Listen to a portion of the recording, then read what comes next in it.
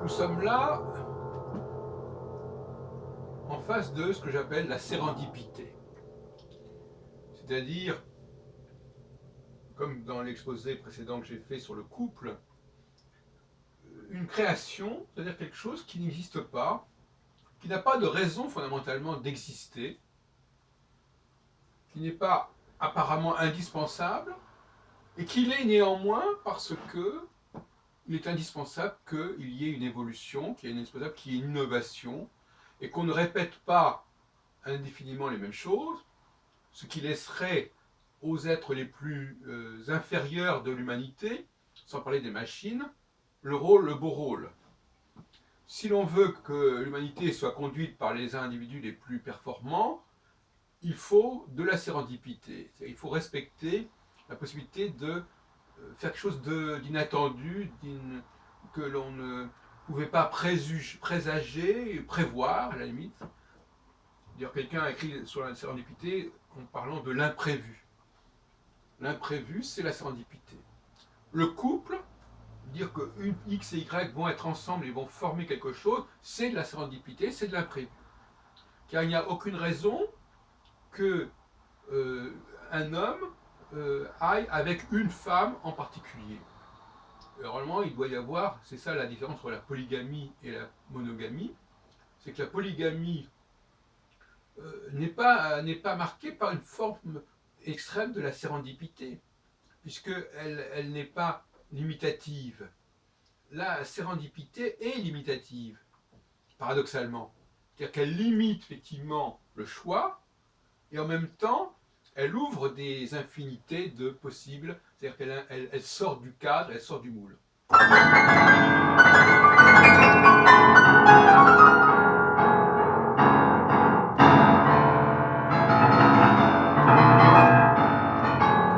C'est pourquoi il n'y a pas de contradiction chez un créateur un innovateur, à s'intéresser au couple. Le couple est par lui-même innovant. Le couple est par lui-même créatif. Et il crée quelque chose qui n'avait pas de raison d'être absolue, et c'est ce qui en fait sa créativité. Donc, la sérendipité permet de dépasser la question du déterminisme global pour respecter ce qui a été mis en place et qui aurait pu ne pas l'être. Dans le cas, par exemple, de l'astrologie, je dis toujours que l'astrologie aurait pu ne pas exister. Alors, il y a d'autres qui disent, mais si, il y a le cosmos qui nous environne et qui agit sur nous. Mais ça, c'est rien du tout. On sait très bien que ce sont des influences tout à fait mineures. Ce qui a donné une substance, une consistance puissante à l'astrologie, c'est justement le fait de mettre en place quelque chose qui aurait pu ne pas exister et qui se sert que de certains éléments, tout comme quand on joue du piano, je n'utilise pas toutes les touches au même moment. Il y a forcément diachroniquement et synchroniquement des choix.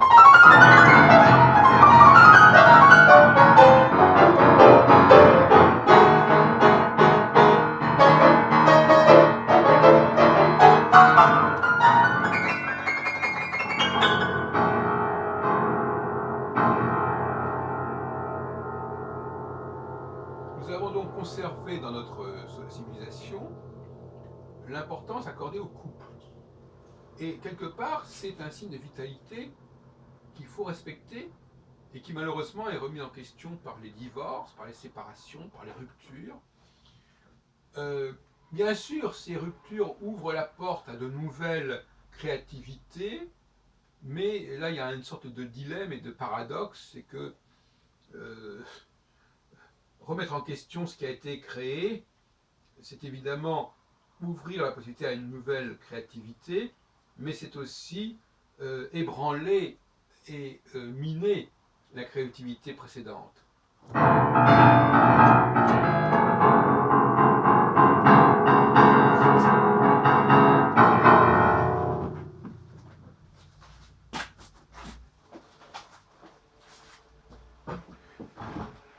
De grands créateurs ont été très liés à la notion de couple, ont été très absorbés par la notion de couple. Même Socrate, d'une certaine manière, est resté fidèle à sa femme assez irritable. Et dans le judaïsme, on insiste sur cette notion de couple, qui pourtant, je rappelle encore une fois, est totalement absurde quelque part. Elle ne fait sens que parce qu'on lui donne du sens, mais elle ne fait pas sens en soi. Elle n'est pas justifiable en elle-même. Même si on dit que Dieu a conclu les mariages et les alliances dès la création, c'est une sorte de légende évidemment, néanmoins, ça fait partie de ce qui est un miracle, une forme de miracle, le couple. Le fait qu'on accepte de croire en quelque chose qui n'a pas de raison fondamentalement d'être, c'est quelque chose de fondamentalement essentiel pour l'humanité, et pas forcément pour l'humanité, puisque apparemment certains animaux ont cette même démarche. C'est pas du tout la même démarche que le fait de s'occuper de ses enfants. Hein. Là, il y a une obligation, il y a une sorte de logique absolue. Une fois que les enfants sont nés, il faut s'en occuper. Ça n'a pas la même importance et le même impact que le couple. C'est pour ça d'ailleurs qu'entre parenthèses, malheureusement, on sacrifie souvent le couple au fait de garder ses enfants. Le rapport parent-enfant et notamment mère-enfant est beaucoup plus sacré dans notre société que le rapport de couple.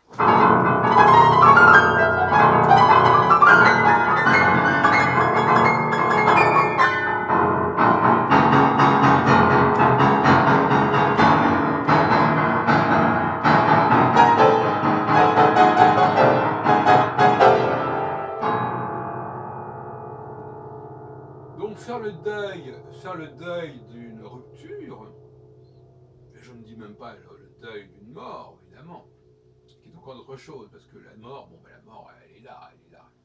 Mais une rupture, c'est une forme de sérendipité à l'envers. C'est une sorte de perversion de la sérendipité. C'est-à-dire que c'est le hasard qui vient détruire le hasard. C'est la décision d'arrêter qui vient neutraliser la décision de créer et de fonder et de constituer. Par exemple,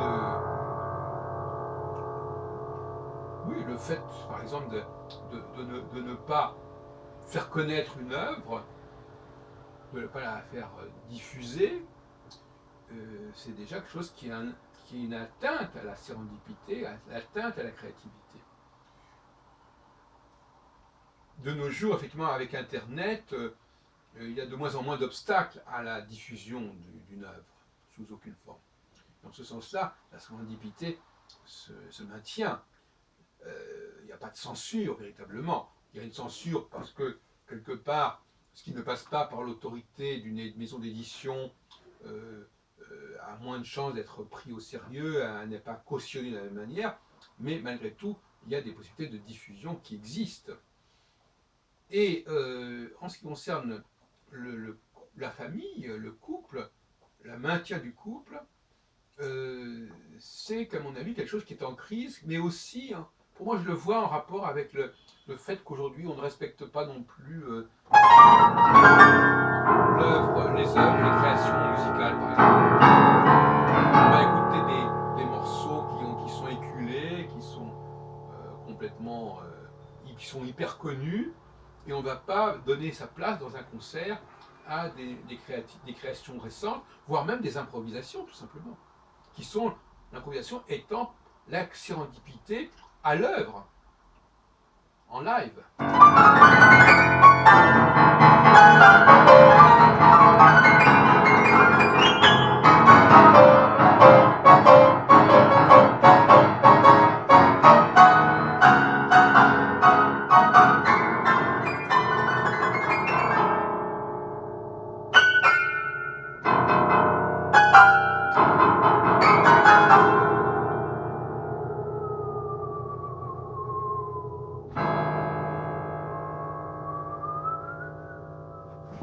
Et il me semble d'ailleurs que un philosophe qui ne serait pas créatif sur le plan artistique, il y a quelque chose qu'il ne comprendrait pas du monde, de l'ordre du monde, de l'évolution du monde, notamment de l'œuvre de Darwin.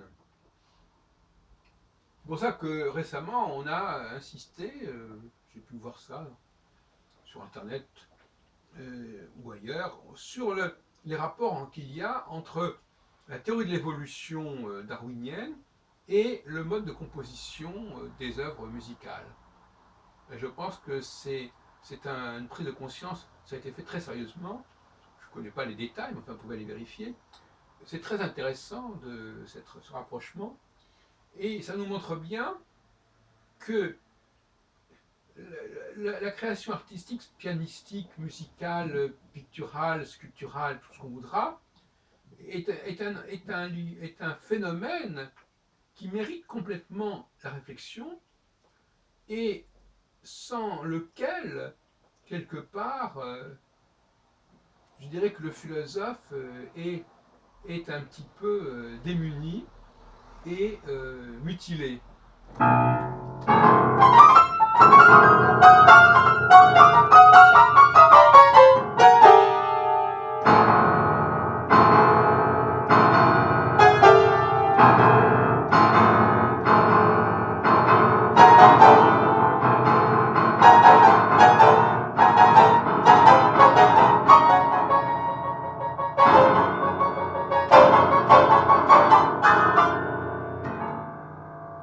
Je crois que le XXIe siècle devra peut-être accepter l'idée d'un philosophe, d'un chercheur, artiste, comme on dit artiste.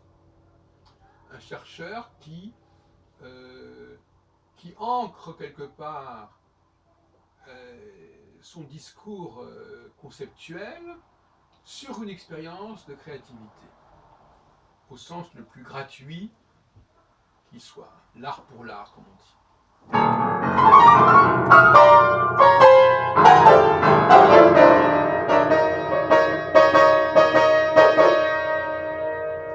Car quelque part, l'humanité sera probablement sauvée par l'art.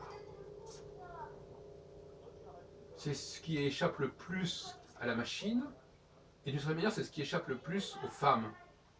C'est-à-dire, non pas en tant que consommateurs, les machines aussi peuvent consommer de l'art, les lecteurs de CD, ils consomment de l'art. Les femmes qui vont jouer un morceau, elles consomment de l'art. Mais l'émergence, l'élan artistique, l'élan vital, comme dirait Bergson, c'est une question qui est essentiellement masculine. L'élan, cet élan, il ne peut pas me faire penser, il ne peut pas me faire penser à cette espèce de montée de la sève, de la semence, lors de l'acte sexuel. Et là aussi, il y a quelque chose d'essentiel, une vibration essentielle qu'on ne saurait refouler.